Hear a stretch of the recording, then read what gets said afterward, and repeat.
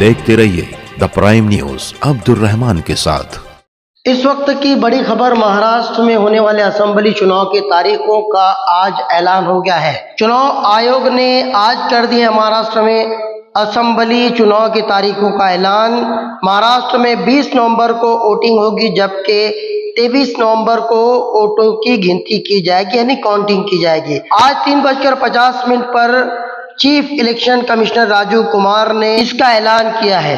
कुल 288 सीटों के लिए 9,63,00,000 वोटर्स कुल 1,86,000 वोटिंग बूथों पर वोट करेंगे। 85 साल से ज्यादा उम्र के लोगों को घर से ही वोट देने की सहूलत होगी। वोटर हेल्पलाइन ऐप की मदद से आप अपने हल्के के बूथ का, साथ ही साथ किस जगह पर किस कमरे में ईवीएम के जरिए आपको वोट देनी है, उसकी भी सारी तफसीलात वोटर हेल्पलाइन ऐप पर डाल दी जाएगी।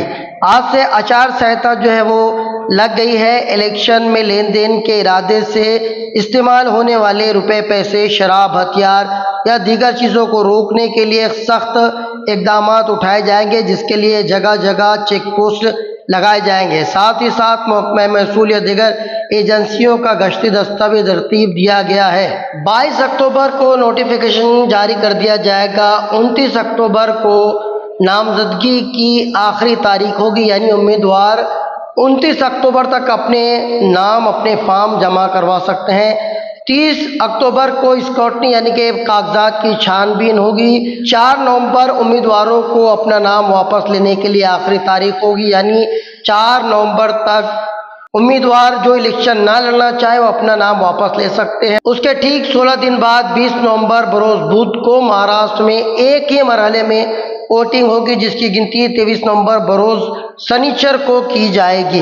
तो आपको एक बार फिर से बता दें इस वक्त की बड़ी खबर, 20 नवंबर बरोज बुध को एक ही मरहले में कुल 288 सीटों के लिए मतदान होगा, जबकि 23 नवंबर बरोज शनिचर को काउंटिंग यानी कि वोटों की गिनती होगी और उस दिन ही मालूम पड़ेगा कि किसकी बनती है सरकार। तब तक हम सब करते हैं इंतजार।